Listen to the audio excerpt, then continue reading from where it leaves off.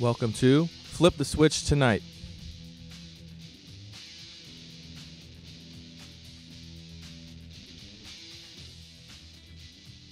With our host, Alex Spangler.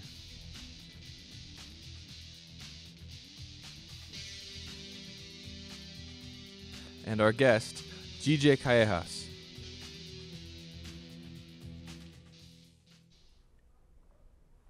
Hi, I'm your host, Alex Spangler. Welcome to Flip the Switch. I'm here with GJ Callejas, and we're talking about Marvel. So, can you tell me who your favorite Marvel villain is? That's one that I haven't thought about in a long time. I would probably go with Killmonger, personally. Okay. Yeah. Something that I think is really interesting about him is that we have this very traditional, very, sacred place in Wakanda, right? And he comes from that same sort of background, but he kind of introduces a new sort of dynamic to it, shakes things up a lot.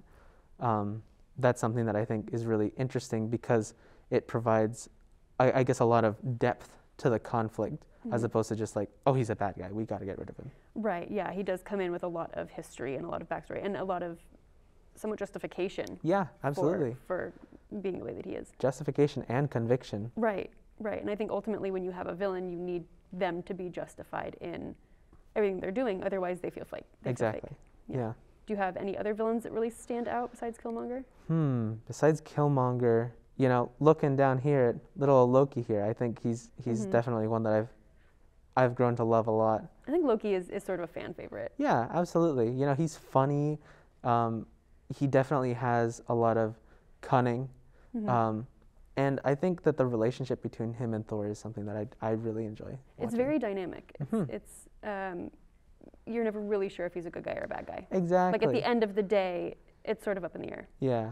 But I think the argument can be made that he is ultimately like a good guy. He just might not have good intentions 100% of the time. Right. Usually more selfish than malevolent, though, I would say. Right.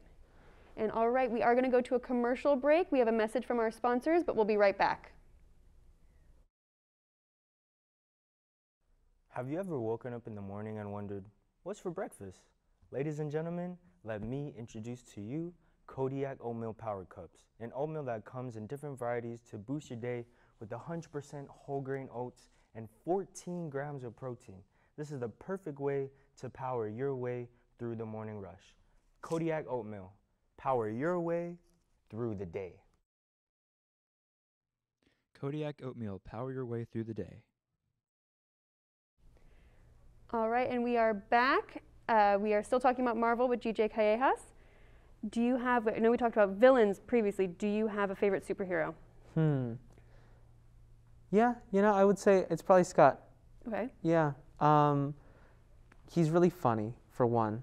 And I know that people kind of complain about like funny characters and everybody kind of being the same in Marvel sometimes, but I think that his is really like genuine.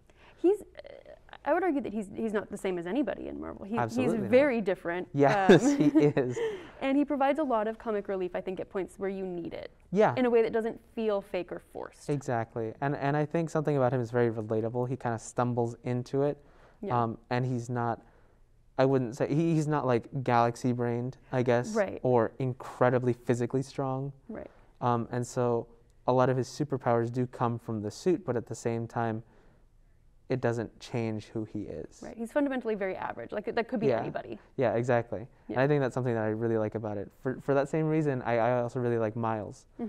He starts out as an average kid, and then he's kind of thrust into this world, but he has people that he looks up to, and I think especially. Right. And unfortunately, I do have to cut you off. That is about all the time that we have. Tune in next week for our next show on the Power Rangers.